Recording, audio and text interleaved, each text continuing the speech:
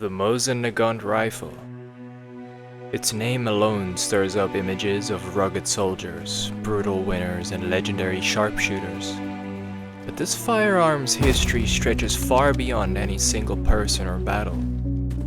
So let's rewind to the late 19th century when the Mosin first made its mark.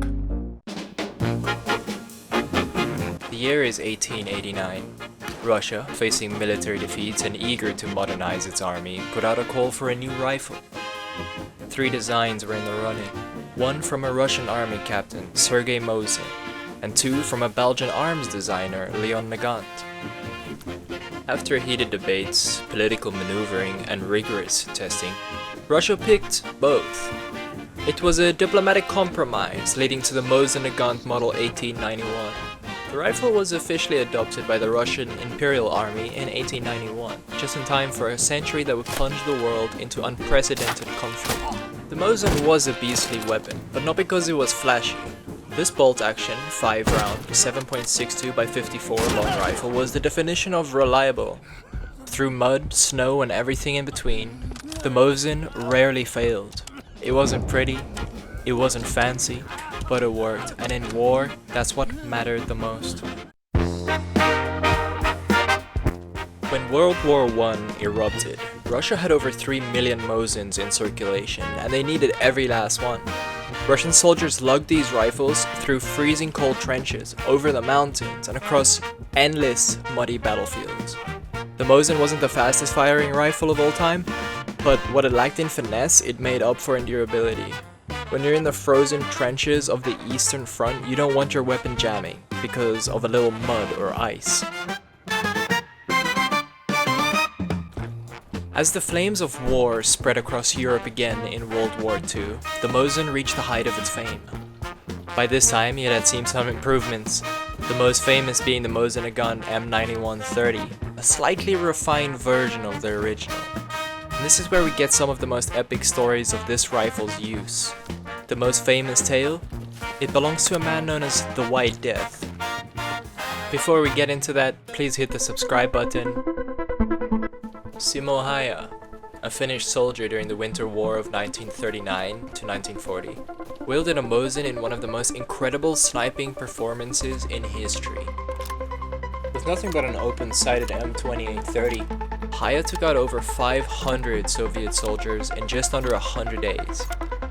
He earned the nickname the White Death from the Soviets due to his lethal efficiency. Using the winter terrain to his advantage, camouflaging himself in the snow while picking off targets. In one remarkable episode, Häyhä was hit in the jaw by an explosive bullet, leaving his face mangled. But he survived and became a Finnish national hero. This brutal, almost mythical figure in military history epitomized the Mosin's rugged, no-nonsense power.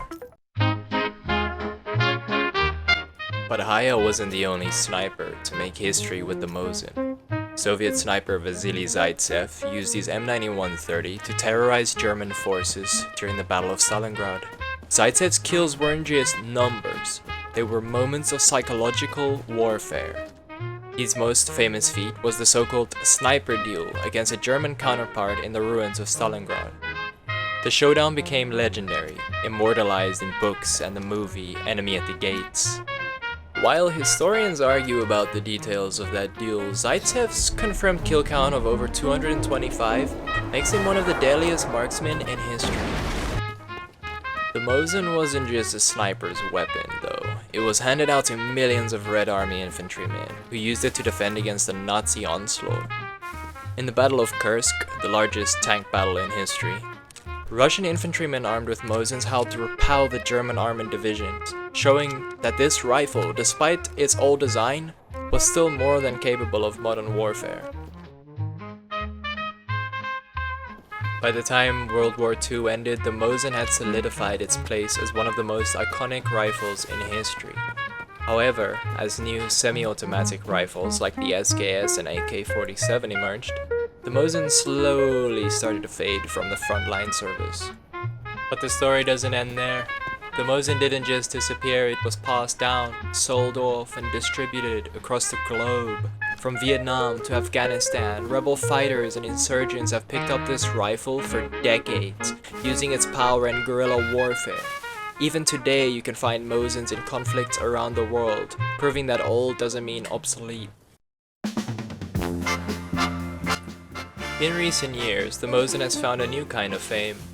Military surplus stores started selling them dirt cheap, and suddenly a whole new generation of shooters and collectors embrace the ugly but functional rifle. Whether it's for hunting, target shooting, or historical collections, the Mosin has become a favorite among firearm enthusiasts. In video games like Call of Duty, Battlefield, and Escape from Tarkov, and Arena Breakout Infinite, the Mosin has been portrayed as a high-powered, long-range weapon, reflecting its real-life use by legendary snipers. Its rugged charm and historical significance has cemented it as more than just a gun, it's a symbol of endurance. From the frozen forests of Finland to the dusty streets of Afghanistan, the Mosin Nagant has stood the test of time. Its legacy is built on the shoulders of soldiers like Simo Häyhä and Vasily Zaitsev, men who turned this simple, reliable rifle into an instrument of historical feats. Whether on the battlefield, in a museum, or hanging on the wall of a gun enthusiast, the Mosin endures, an unassuming weapon that forever changed the world. Thanks for watching, please subscribe and like so that I know how this video performs out there with you. Goodbye.